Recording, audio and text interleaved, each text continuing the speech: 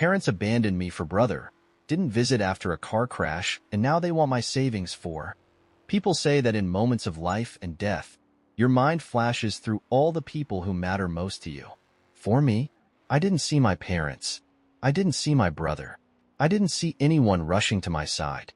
I was just lying in a wrecked car, alone, bleeding out, waiting for someone, anyone, to care. And when I woke up in a hospital bed hours later, I realized something. I could have died that night, and my parents wouldn't have noticed, because for them, I have never been a priority. It was supposed to be a normal drive home. I had worked a late shift, exhausted but eager to just collapse in bed. The roads were dark, quiet, almost peaceful. And then, bam, bright headlights. The deafening screech of brakes failing. A sudden, crushing impact that sent my car spinning out of control. For a few terrifying seconds, I thought, this is it. I barely registered the pain at first. But then it hit me all at once. A deep, suffocating agony crawling up my chest, sharp jolts of pain searing through my ribs and leg. I couldn't move. I couldn't breathe. And all I could think was, I don't want to die here. Somehow, I managed to reach for my phone, my hands trembling as I dialed 911. Please, I gasped. I need help. The dispatcher's voice was calm, reassuring. Stay with me. We're sending someone now. I closed my eyes, forcing myself to stay awake, to fight the growing dizziness. I just needed to hold on a little longer. I woke up to the steady beep, beep, beep of hospital monitors. The first thing I noticed was the pain. A deep, all-consuming ache in my ribs and leg. The second thing? The emptiness of the room. No family sitting by my bedside.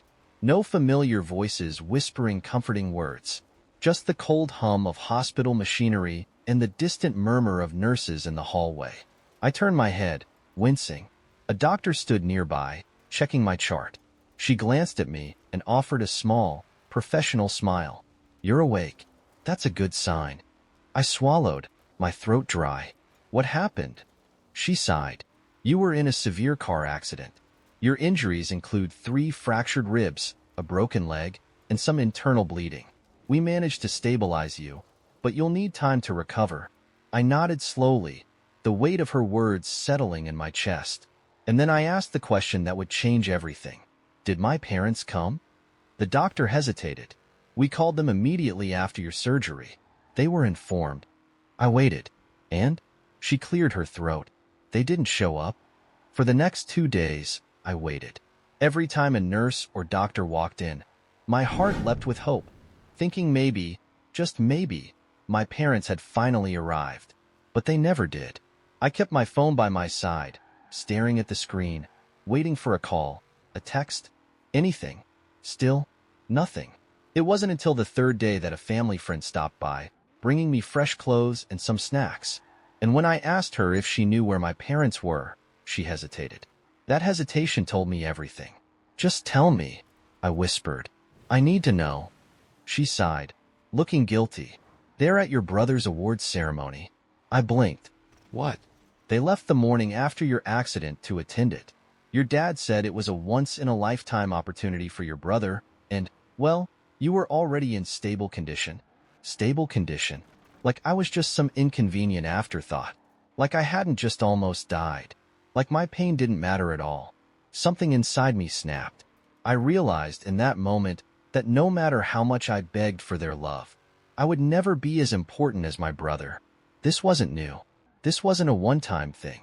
My parents had always treated my brother as the golden child, the one who could do no wrong.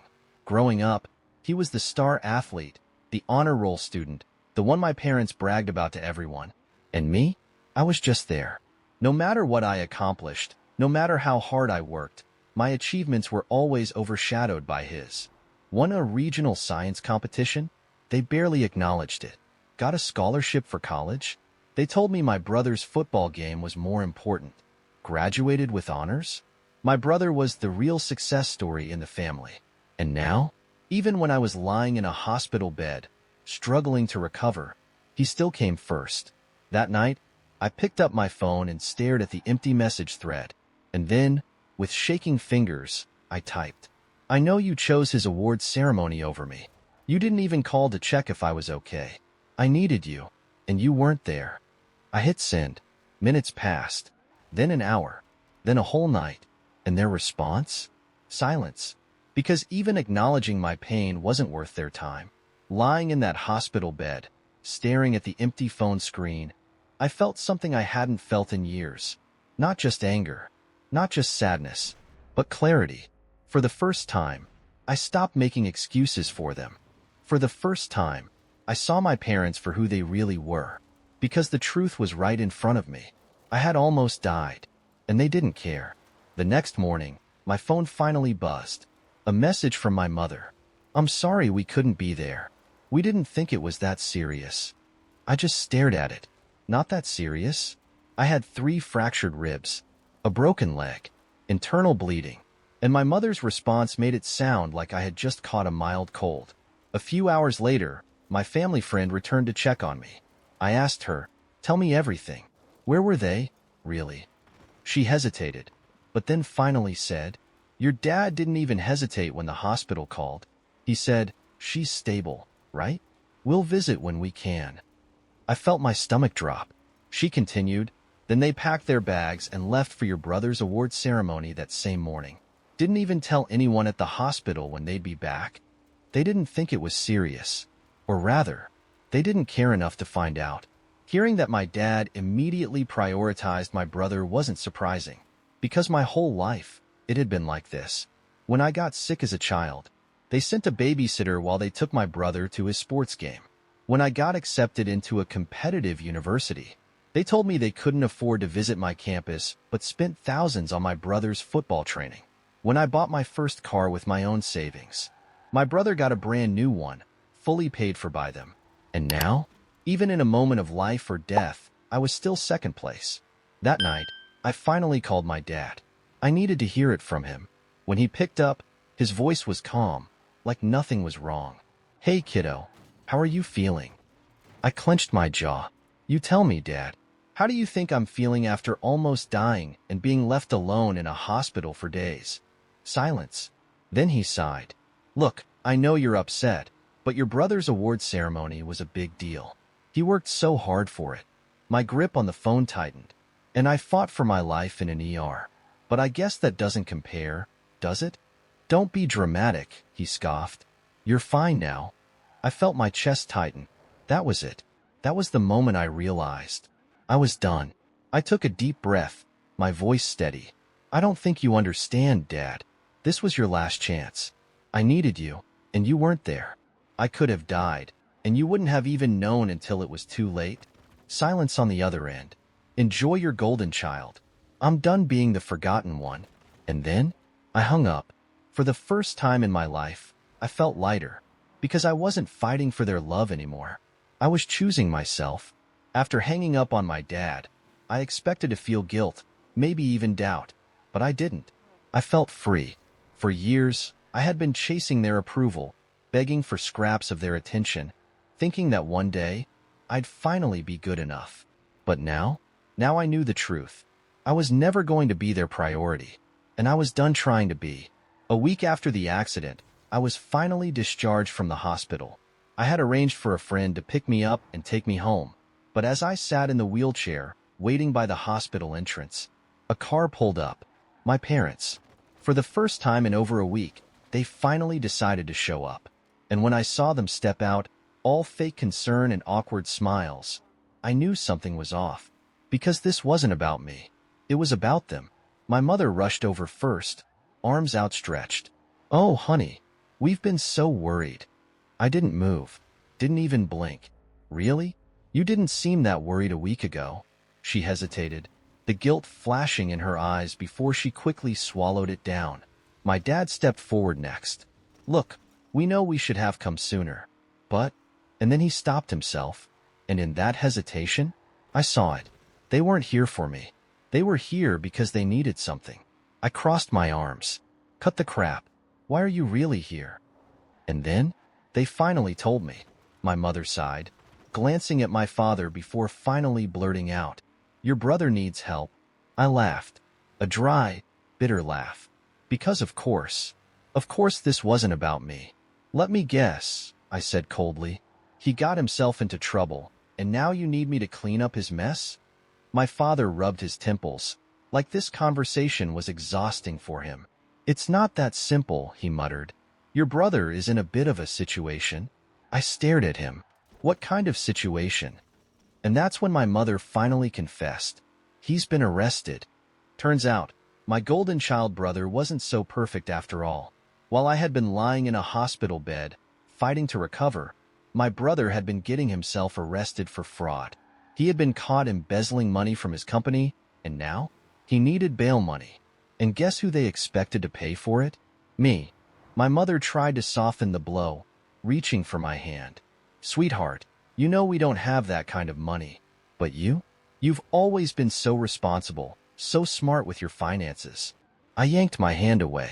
So responsible? So smart? Funny how that never mattered until you needed something. She blinked, like she hadn't expected me to fight back. It's just a loan, honey. Family helps family. I scoffed. Did family help me when I was in the hospital? Did family show up when I needed them? Silence. Then my dad, in classic fashion, crossed his arms and gave me his usual disappointed look. I didn't raise you to be selfish. That was it. That was the moment I snapped. I took a deep breath, then spoke calmly, firmly, without hesitation. You didn't raise me at all. You raised him. I was just there. Their faces went pale. I am not giving you a cent. Not for him. Not for you. Not ever. My mother's eyes filled with tears. But he's your brother. No, I cut her off. He's your son. And he's your problem. Then I stepped back and looked at them one last time. I hope his award was worth it. And with that, I turned around, got into my friend's car, and drove away, leaving them and their golden child behind forever. Driving away from my parents should have felt painful. I should have felt guilt, doubt, hesitation, something. But I didn't. For the first time in my life, I wasn't justifying their behavior. I wasn't waiting for them to love me the way I deserved. I was finally choosing myself. And the second I walked into my apartment, I knew. I wasn't going back. But my parents? They weren't done with me yet. The moment I shut my door, my phone started buzzing nonstop. 10 missed calls from Mom. 5 missed calls from Dad. 3 from an unknown number, probably my brother. Then the text started. Mom, you're making a mistake. Don't let anger cloud your judgment. Just think about what your brother is going through. Dad, this is family. You'll regret turning your back on us. I didn't reply. Because what about what I went through? Where were these messages when I was lying alone in a hospital bed? Where was this urgency when I was waiting for them to show up? They didn't care about me. They just cared about what I could do for them. 2 days later, I was getting groceries when I saw them. My parents, standing outside my apartment building, waiting for me. My stomach twisted, but I refused to turn back. I was done running. So I walked up, bags in hand, and raised an eyebrow. Still begging for money? My mother sighed dramatically, placing a hand on her chest. Sweetheart, we just want to talk. You already talked. I already said no. Her face twisted in frustration. Why are you being so cruel? This isn't like you. I scoffed. You don't know what I'm like, Mom. You never paid enough attention to find out. She flinched, and my dad stepped in. His voice was calm, measured, like he was the rational one here. Listen, you're still upset about the hospital, but holding on to anger won't fix anything. I took a deep breath. I'm not angry. And that was the truth. I wasn't angry anymore. I was just done. Seeing that I wasn't caving, my father's patience snapped. His voice dropped, his expression turning cold. After everything we've done for you, this is how you treat us? I let out a bitter laugh. Everything you've done for me? Like what? Ignoring me my whole life? Prioritizing my brother at every turn? My mother teared up, shaking her head. We love you, sweetheart. You don't understand. No, I cut her off. You don't understand. I almost died, and you didn't care. But the second your golden boy screws up, you expect me to fix it. Silence. Then my father took a step forward, his jaw tight. You'll regret this. I met his stare head-on. No, Dad. The only regret I have is that it took me this long to walk away. And with that, I turned, walked past them, and shut my door in their faces. After that, I blocked their numbers. I deleted every text, every voicemail, every trace of them from my life. And you know what? It felt amazing. But my parents? They finally had to face the consequences of their choices. Because without me, they had no one left to turn to. The moment I blocked their numbers, I felt something I hadn't felt in years. Relief. I wasn't waiting for their approval anymore. I wasn't hoping they'd finally choose me. I wasn't their backup plan, their emergency fund, their emotional punching bag. I was free. But my parents? They were about to fall apart without me. For the first few weeks, the silence was deafening. No texts, no calls, no guilt-tripping emails. And then, it started. They couldn't handle the fact that I had cut them off completely. At first, my mother tried playing nice. "Mom, we miss you, sweetheart. Let's talk, okay? Family is more important than a little misunderstanding." I didn't respond. Then, the real manipulation started. "Mom, you're breaking my heart. Do you really hate us that much? Your brother is suffering. I hope you can live with yourself knowing you could have helped. Dad, you think you're punishing us, but you're only hurting yourself." I read every message. And then, I deleted them without replying. Because I wasn't going to play their game anymore. A month after I cut them off, I got a text from an old high school friend. "Holy crap, have you seen the news?" Confused, I checked online, and there it was. My brother's face plastered across the local news. Fraud charges filed against prominent businessman. Turns out, he wasn't just guilty of small-time fraud. He had been part of a major scheme, embezzling money, falsifying documents, and getting involved with some very shady people. His bail? Set at $100,000. The best part? My parents had been counting on me to pay it. But now, I was gone, and they were out of options. After the news broke, I knew what was coming. Sure enough, 50-plus missed calls, desperate voicemails, emails begging for help, and finally, a handwritten letter slipped under my apartment door. I hesitated for a second before opening it. It was from my mother. "We made mistakes, but we're still family. Please, don't let your brother rot in jail. We need you." I stared at the paper. Then I tore it in half and threw it in the trash. Because the woman who wrote that letter, she wasn't my mother anymore. And my brother? He was just a stranger. My parents had spent a lifetime prioritizing him over me. And now, the son they poured everything into was dragging them straight to hell with him. His business partners cut ties. His fiancée left him. His case went federal, and suddenly, it wasn't just bail money they needed. They needed a miracle. And I didn't care one bit. Because while they were begging for help, drowning in legal fees, and watching their golden child fall apart, I was finally living my life on my own terms. And that was the best feeling in the world. For the first time in my entire life, I wasn't living in my brother's shadow.